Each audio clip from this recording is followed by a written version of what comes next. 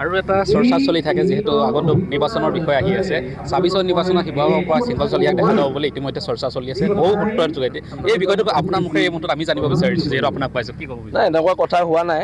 আমাৰ ২৪ ফেব্ৰুৱাৰীত আমাৰ খিলঞ্জীয়া দিৱস আছে সেইদিনাই আমাৰ এক্সিকিউটিভ বহিব আৰু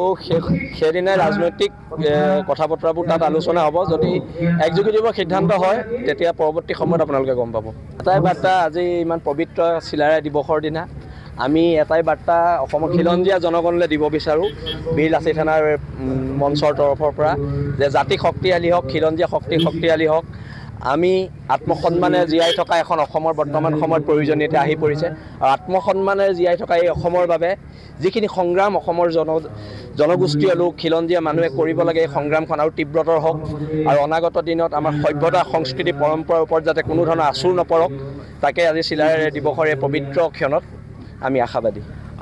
জনগোষ্ঠীয় ক্ষেত্ৰতো বহুবাৰ প্ৰতিবাদ কৰি আহিছে আৰু এওঁলোকৰ এটা দীঘলীয়া দাবী আপুনি এই মুহূৰ্তত আজি অনুষ্ঠানটোৰ পৰা কিবা বাৰ্তা কৰিব বিচাৰিব নেকি নিশ্চয়কৈ জনজাতিকৰণৰ ক্ষেত্ৰত